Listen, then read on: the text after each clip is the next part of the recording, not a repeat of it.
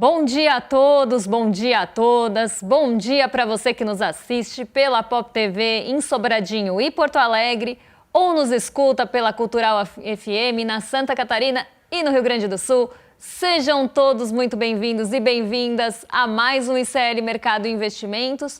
E hoje a gente vai finalmente falar do IPCA 15, vamos passar por esse tema e entender o que está pressionando o nosso bolso e o que trouxe alívio, pelo menos nessa prévia de novembro, já que os 15 primeiros dias estão medidos pelo IPCA 15.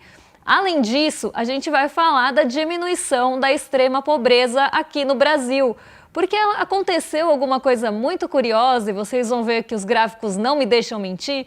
Entre 2016 e 2020. Eu não vou nem considerar 2020, porque aí a gente tem a pandemia. E ainda assim, a extrema pobreza continua crescendo ou fica ali nos mesmos patamares e a renda cai. E isso só começa a recuperar mais recentemente. E a gente vai entender por que esse movimento começou a acontecer, quais foram os fatores que acabaram levando a essa diminuição da extrema pobreza e entender também quais os impactos disso na nossa vida e no nosso Brasilzão. E se der tempo, a gente fecha a sexta-feira com o nosso sexto, falando das declarações de Galípolo, que no meio do feriado de Ação de Graças, acabou sendo o único condutor do nosso mercado ontem. Então a gente vai também passar sobre o assunto rapidamente na abertura e no fechamento de mercado. E mais tarde a gente comenta com calma essas declarações do Gabriel Galípolo, que acabaram jogando água no chope do mercado financeiro em pleno feriado nos Estados Unidos. Agora a gente vai passar pela nossa agenda para entender também o que a gente tem de indicador, o que sai, o que não sai, quem fala, quem não fala. Lembrando que nesses dias a agenda está bem enxutinha, porque é feriado nos Estados Unidos e hoje a gente continua na mesma situação. Inclusive é esperado que a gente repita o movimento de ontem no dia de hoje. Mas vamos ver o que saiu já, o que ainda tem para sair nessa sexta-feira. Às 4 horas da manhã saíram as vendas no varejo na Alemanha, dados de outubro. Às 4h15 na França, teve medição de PIB final do terceiro trimestre. Às 8h30 da manhã, aqui no Brasilzão, tem resultado primário do setor público consolidado. Dado esse que o mercado gosta bastante, porque o mercado é fiscalista e gosta de ver esse tipo de resultado, de dado do setor público. Às 9 horas saiu o PNAD contínua, mas como hoje tem IPCA 15, a gente conta para vocês como fica o desemprego na segunda-feira, não só o desemprego, mas também os outros dados de renda, de mobilidade também nos empregos, né, da onde vieram as maiores vagas ou a maior ocupação dessas vagas, os maiores trabalhadores estão em qual categoria, o que mais contribuiu para o desemprego, né, e para os dados de desemprego. Agora, no mês de outubro, às 9 horas da manhã na Índia, tem PIB também do segundo trimestre fiscal. Então, aqui na primeira parte da agenda, se a gente for ver, tem o resultado consolidado do setor público, que é o resultado primário, algo que o mercado gosta de olhar, e tem a PNAD contínua, que também deve ficar no radar. Mas vamos seguir aí para nossa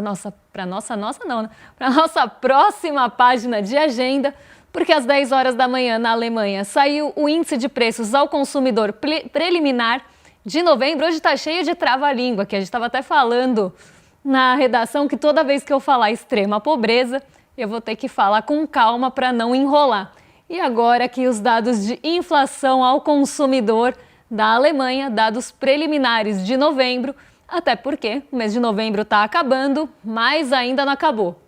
Às 10h15, a FGV divulgou o indicador de incertezas da economia. Esse normalmente é um dado que sai depois das sondagens e mostra como é que está a incerteza em relação à economia, inclusive trazendo dados de percepção midiática e divulgação midiática. Esse dado é super interessante. E às 10h30, não faz muito preço, ninguém olha muito, mas eu acho ele interessante. Às 10h30 da manhã, tem PIB do terceiro trimestre no Canadá, já teve, né, porque já passou.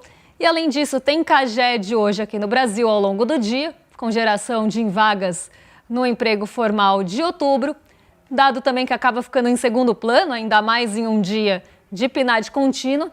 E nos Estados Unidos, os mercados fecham mais cedo, bolsa às 15 e treasuries às 16, também por conta do feriado ainda de Ação de Graças. Hoje o expediente lá é limitado e reduzido e deve continuar com uma liquidez bem baixa, com um volume de negociações bem baixo, até porque as pessoas não vão operar muito no meio do feriado, em um dia sem indicadores. Então a gente deve continuar vendo o mesmo movimento de ontem, que eu já vou contar para vocês que foi, como aconteceu, porque ele foi muito morno, né? Ele não trouxe ali grandes novidades, não foi um dia de grandes movimentações aqui na Bolsa, muito porque a liquidez global ficou prejudicada e limitada pelo feriado de Ação de Graças nos Estados Unidos. Como lá os mercados estavam fechados, isso acaba limitando essa liquidez. Não tem referência de dólar, não tem referência de títulos de rendimento dos Estados Unidos. Então acaba realmente enxugando essa liquidez global. E aí ninguém quer se posicionar também em um momento que não saem dados lá fora, que ninguém sabe para onde vão os dados na semana que vem. Então fica todo mundo ali meio que em compasso de espera. Então ontem um dia bastante morno, a Bolsa passou quase o dia inteiro andando de lado, perto do 0 a 0 e sempre ali flertando com os 158 mil pontos. Então não conseguia sair muito disso. No final do dia fechou na casa ali dos 158.300 pontos e teve uma queda de 0,12%. Até a Bolsa, até umas 4 horas da tarde, ela vinha tentando se manter no terreno positivo, ela tentou ali conquistar o terreno positivo e ficar nele. A Petrobras ajudou bastante o movimento da Bolsa ontem, né? Inclusive limitou a queda, né? Mas ajudou ao longo do dia que a Bolsa chegasse a ficar mais perto do 0 a 0 e até às vezes acima do zero, mas depois das 4 horas, quando o Galípolo fala, ele joga balde de água fria em todo mundo. Não vou adiantar muito o assunto, mas ele falou sobre juros e perspectivas de corte. Então vocês já devem imaginar que ele não teve uma declaração que agradou muito os mercados. Então o mercado vira depois da declaração de Galípolo, porque ela não foi bem recebida, não por ser ele ou por alguma coisa específica com Gabriel Galípolo, mas porque ele falou em relação a cortes de juros. Só trazendo aqui para não deixar vocês tão curiosos assim, trazer um pequeno spoiler, ele continuou falando que não deve acontecer tão cedo. Então, acabou minando um pouco do humor das bolsas, que todos esses dias acabou subindo, né? A nossa bolsa teve um desempenho positivo muito por conta dessa expectativa da queda de juros. Então, todos os dados que saíram essa semana reforçavam corte de juros aqui no começo do primeiro trimestre do ano que vem e corte de juros em dezembro nos Estados Unidos. Então isso trouxe um humor bastante positivo, um bom humor ali para as bolsas, mas não durou muito, porque Galípolo falou num evento de banco e acabou jogando um pouquinho de areia nessas expectativas. Vamos colocar aqui na tela também o dólar, para o pessoal de casa acompanhar, porque Nasdaq e S&P ficaram fechados e o dólar acabou subindo em um dia de queda na nossa bolsa e sem referência de Nova York.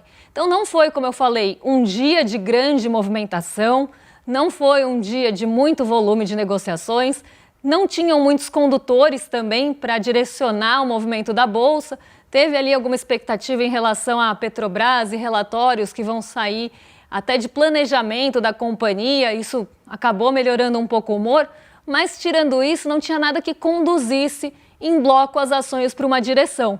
Quando Gabriel Galípolo fala, isso na ausência de outros indicadores, ganha uma repercussão maior, ganha um peso maior e acaba levando a Bolsa para o terreno negativo, mas ainda muito perto do 0 a 0. Então nada muito ali espetacular no movimento da Bolsa ontem, nada fora do normal, um dia bem morno e sem referência lá fora, o que acabou deixando todo mundo mais esperando do que qualquer outra coisa. Agora vamos falar do nosso assunto do dia, porque esse sim é um assunto que mexe com a vida das pessoas, é algo que diz aí sobre o nosso Brasil e de como, né, a gente teve a evolução ali ao longo do tempo, não só da diminuição da desigualdade e da extrema pobreza, mas como você também tem um dado momento que a gente vai ver no gráfico, e eu já trouxe ali alguns spoilers para vocês, um momento em que a gente começa a ter a deterioração desses índices e agora uma melhora que leva o Brasil para o menor nível de pobreza e desigualdade em 30 anos, segundo um estudo do IPEA, que é o Instituto de Pesquisa Econômica Aplicada. Até aqui, né, na nossa manchete fala que a renda domiciliar per capita aumentou 70%. Teve seus tropeços ali no meio do caminho, mas a gente tem uma melhora da renda, uma diminuição da desigualdade e, além disso, uma diminuição também da extrema pobreza, que a gente sabe que é uma situação que coloca as famílias em uma vulnerabilidade, uma fragilidade muito grande. A gente separou algumas artes aqui para vocês, para a gente analisar junto como é que andou ao longo do tempo esse índice. Então já vamos colocar aqui na tela para entender quais foram os fatores também que levaram a essa diminuição da extrema pobreza. Então vamos primeiro ver a extrema pobreza aqui, como ela se comporta, e depois a gente vê alguns fatores que levaram a essa diminuição também. Menos de 5% da população hoje vive na extrema pobreza.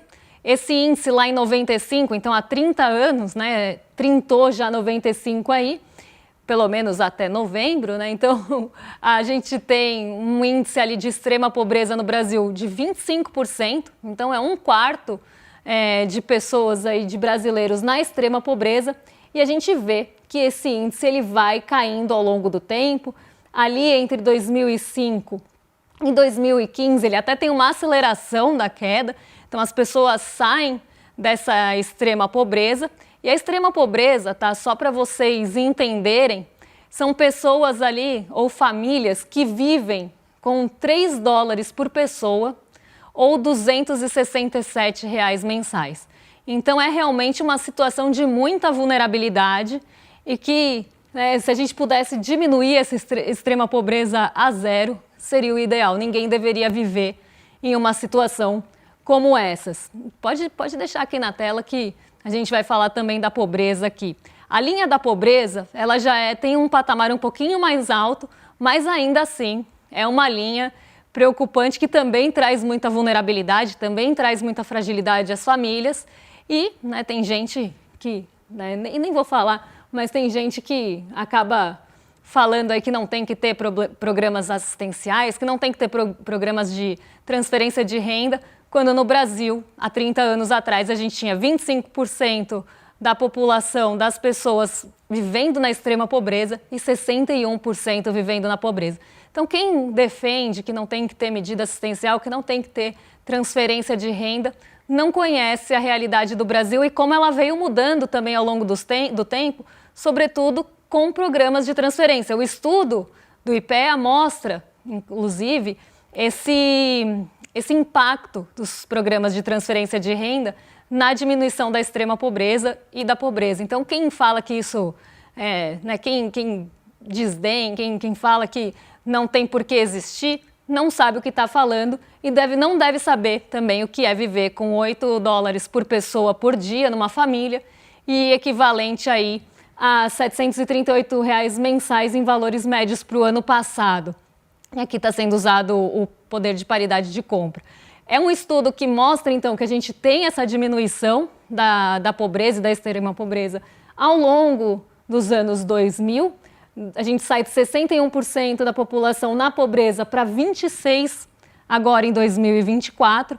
Mas tem uma coisa bem interessante aqui, né, que a gente estava até falando, eu falei que eu ia desafiar a nossa audiência a tentar adivinhar algumas coisas que podem ter acontecido ao longo do tempo aqui, porque quando a gente olha o gráfico, se a gente olhar aqui, 2015, né, a gente tinha uma queda contínua ali, né, no começo dos anos 2000, em 95, os patamares estavam altos, até o começo dos anos 2000 ele quase fica ali na mesma trajetória.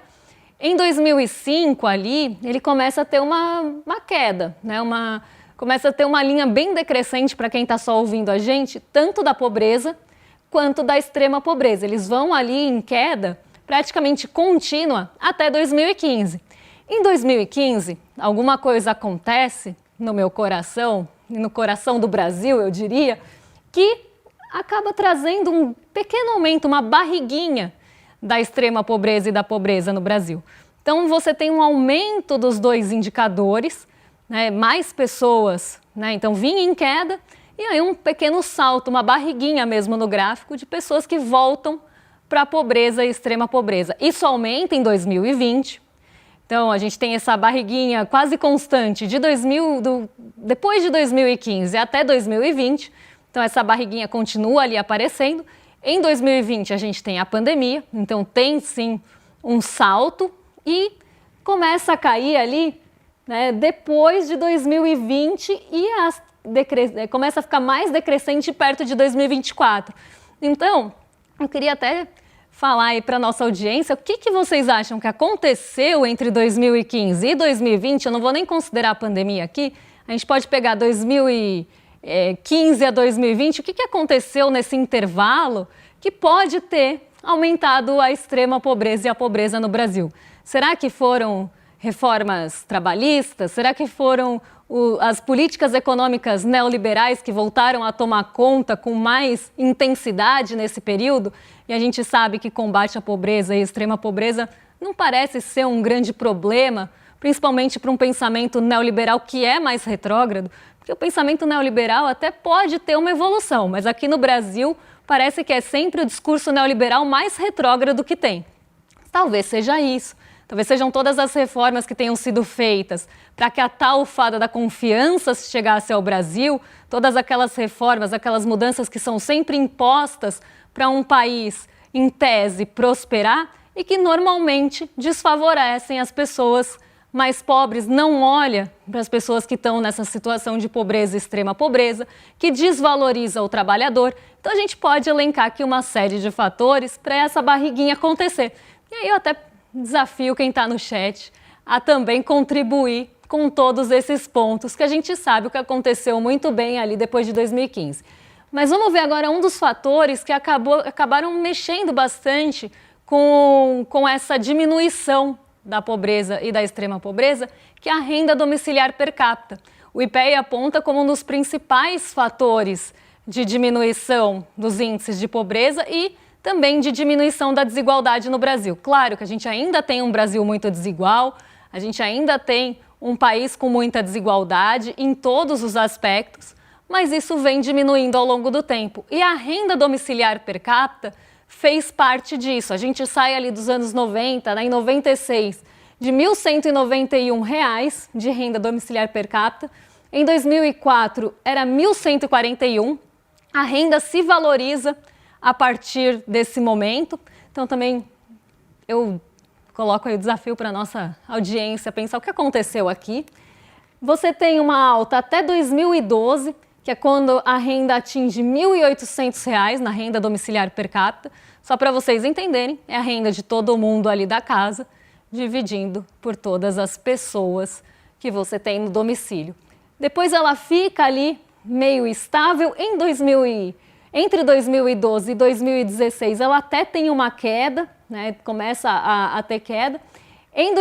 Um pouquinho depois de 2016 ela chega a 1.813, já perto ali, aqui eu diria que a gente está em 2017, mas nada comparado com o aumento que a gente tem ao longo do tempo, ali nos 8 anos entre 2004 e 2012, sobe para 1.813, cai vertiginosamente para 1.610, então é uma queda grande que a gente tem aqui no gráfico. E a partir daí, né, depois de 2020, ela sobe um pouquinho em 2021, mas depois ela dá um salto. A gente tem 1921 e 2015 em 2024, já que se aproximando de 2024, 23, 24. O que isso mostra para a gente? Que a renda domiciliar per capita e a valorização da renda fez uma diferença muito grande. Ambas juntas, né, fizeram uma diferença grande na diminuição da pobreza e da desigualdade aqui no Brasil. E também, muito curiosamente, ali, né, entre 2015 e 2016, o gráfico tem uma quedinha na renda. Fator esse que teve um impacto positivo na diminuição da desigualdade e da pobreza.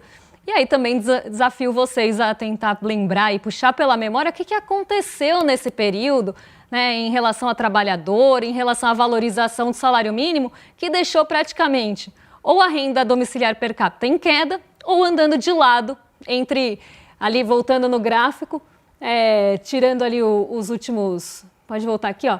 2012, a gente tem a queda acontecendo. Ali, depois de 2016, ela avança R$13, então ela praticamente anda de lado.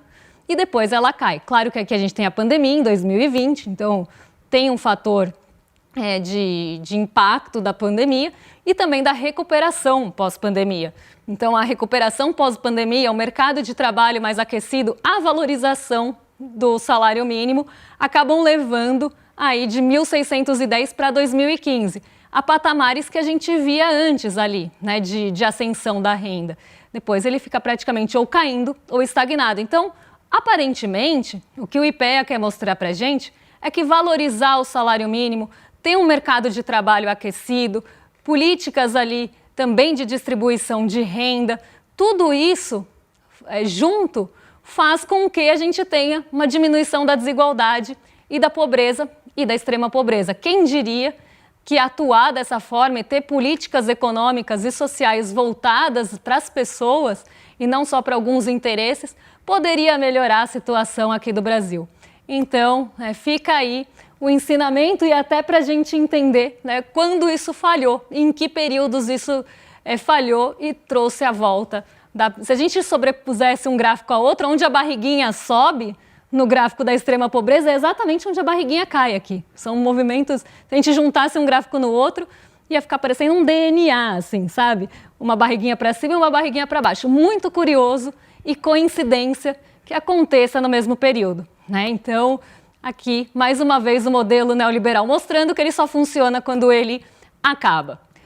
Vamos falar agora de IPCA 15, assunto que mexe com o nosso bolso. Não sei se Theo está aqui hoje no chat, mas Theo normalmente tem interesse nesse assunto, porque ele quer saber o preço das aves e ovos. Então vamos entender aqui como é que foi o comportamento do IPCA 15, mais do que isso, como o mercado esperava que esse comportamento ia acontecer e como ele realmente aconteceu. Então vamos ver aqui como fica a projeção primeiro do IPCA 15, para ver se o mercado errou ou errou a sua projeção, e depois a gente entende qual foi o comportamento de fato da variação de preços aqui nesse pelo menos comecinho de novembro e finzinho de outubro.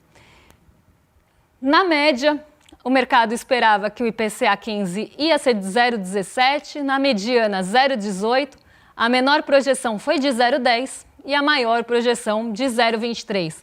Quando a gente olha aqui respondentes, a maior parte deles fica entre 0,14 e 0,18. É a faixa que tem aí os maiores respondentes, quase 33%, um terço do mercado que respondeu essa pergunta acreditava que ia ficar aí, na verdade, entre 0,16 e 0,18, né? 0,14 se a gente somasse ali a barrinha anterior. Então, 0,16 e 0,18 era realmente a expectativa maior, não à toa que a média cai em 0,17, a mediana em 0,18.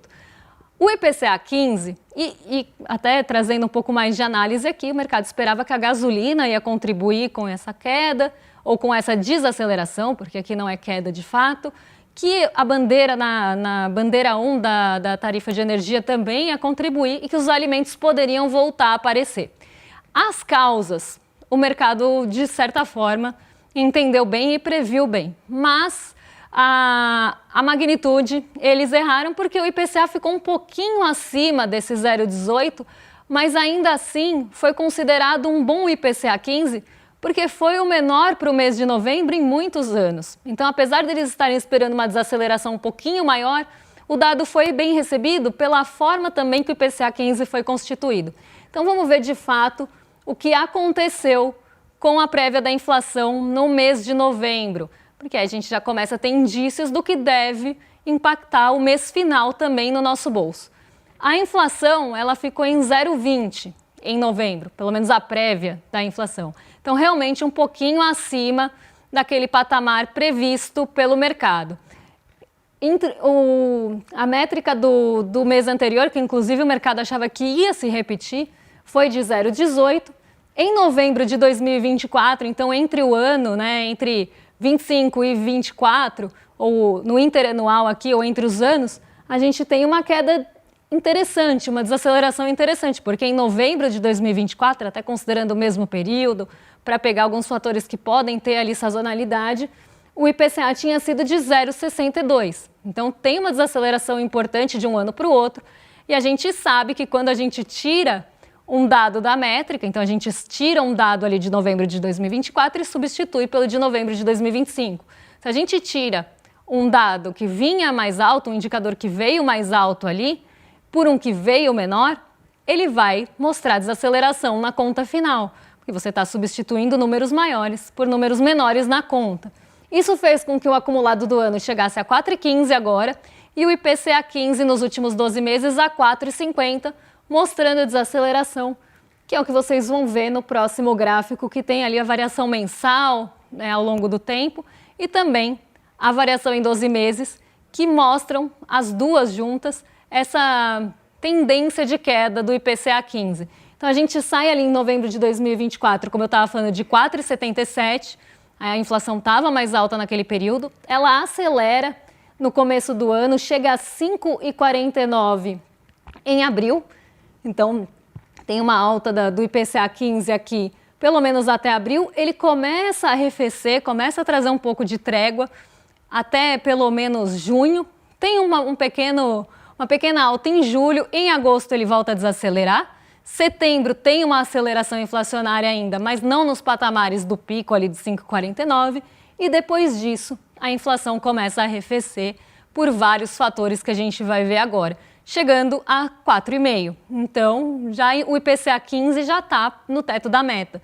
Se a gente continuar tendo uma inflação que mostre sinais de desaceleração ao longo dos próximos meses, porque o ano já está terminando, a gente tem a última medição inflacionária em outubro. Se novembro e dezembro confirmarem essa desaceleração de fato, que a gente está vendo tanto na prévia como nos meses anteriores, a gente pode ter uma inflação pelo menos ou muito próxima do teto da meta ou abaixo do teto da meta, coisa que já aparece no relatório Focus. Vamos pegar aqui, nem vamos passar os gráficos por grupo, porque senão vai tomar muito tempo e a gente já tem o programa acabando. Vamos ver só os itens que acabaram pressionando um pouco mais esse mês, tanto de alimentação quanto de energia, porque é importante a gente saber o que acelera na inflação em novembro e o que desacelera. E muito desse impacto inflacionário veio do grupo de alimentação, né, que ele variou 0,09, em outros meses até a gente tinha visto uma deflação do grupo de alimentos e bebidas, e muito dessa variação veio da alimentação fora de casa. O impacto foi de 0,02 e os transportes também contribuíram bastante nesse mês de novembro, com a alta de 0,22, que culminou ali numa alta de 0,04 no mês, e a saúde saúde e despesas pessoais, por conta também de planos de saúde. A gente pode ver que o impacto das despesas pessoais é muito menor do que, por exemplo, da alimentação, que a saúde, o grupo de despesas subiu ali quase 0,85, se não me engano, e teve um impacto não tão grande para o tanto que subiu. Isso mostra essa ponderação da inflação. Os itens de energia trazem um retrato interessante, porque apesar do grupo transportes ter subido, e é nele que está, por exemplo, o combustível, mas é nele também que está as passagens aéreas. E as passagens aéreas tiveram a maior variação individual do IPCA 15. Então, por mais que a gente tenha tido queda na gasolina, queda no etanol, queda no óleo diesel, e aí muito pelo reajuste também da gasolina, queda nos combustíveis de forma geral, o grupo transporte subiu por conta justamente das passagens aéreas, o que pesa mais no bolso de quem tem maior renda. Tanto combustíveis de veículos pesam mais para rendas médias, as passagens aéreas pesam mais para quem tem renda mais alta. A alimentação, principalmente em domicílio, acaba pesando mais para quem tem menor renda. Então é uma inflação que vem aí com alguns fatores de pressão muito individualizados, muito ligados aí a turismo, muito ligados a preços de passagens aéreas, então até considerados como pontuais. E por isso foram lidos de forma um pouco mais benéfica e trouxeram essas expectativas que a Selic poderia cair, mas isso foi praticamente descartado pelo Gabriel Galípolo, pelo menos por enquanto, apesar de dados que mostrem que a nossa inflação vem se comportando de uma forma um pouco mais contida e benéfica. Bom, me despeço por aqui hoje, já vou entregar para os nossos vizinhos de cima, para o Rolê ICL, mas antes de entregar para eles, quero convidar vocês só aí a garantirem a vaga. Tô confundindo o pessoal, eu acho, né? Mas para garantirem a vaga aí, porque ontem teve o lançamento da nossa pós, e se você ainda não garantiu a vaga da nossa pós de Teoria Crítica da Sociedade, que foi um sucesso a aula, ainda dá tempo de se inscrever em iclmercado.com.br. Então reforço o convite aqui e agora sim entrego para os vizinhos de cima, porque nada melhor do que sextar dando um rolê. Então hoje vocês vão dar um rolê com César Calejon e Guga Noblat. Mais do que excelente companhia, eu me despeço por aqui e volto na segunda-feira para contar o que mexe com o nosso bolso, com a nossa bolsa e com as nossas vidas. Um beijão e até lá, pessoal. Fala, turma! A espera acabou. A gente abriu as vagas para a nossa pós em Teoria Crítica da Sociedade. Uma pós histórica, porque é a primeira vez no Brasil que é oferecida. E uma pós também muito especial, porque é feita em parceria do ICL com a FESP São Paulo, uma das instituições de maior prestígio no Brasil. A gente tem um número limitado de vagas numa condição super especial, que foi o lançamento dessa pós. Já tem muita gente que se inscreveu, literalmente milhares de pessoas, e essas vagas na condição especial elas estão acabando. Mas eu estou gravando esse vídeo exatamente para alertar vocês que querem participar dessa pós e não querem perder a condição especial.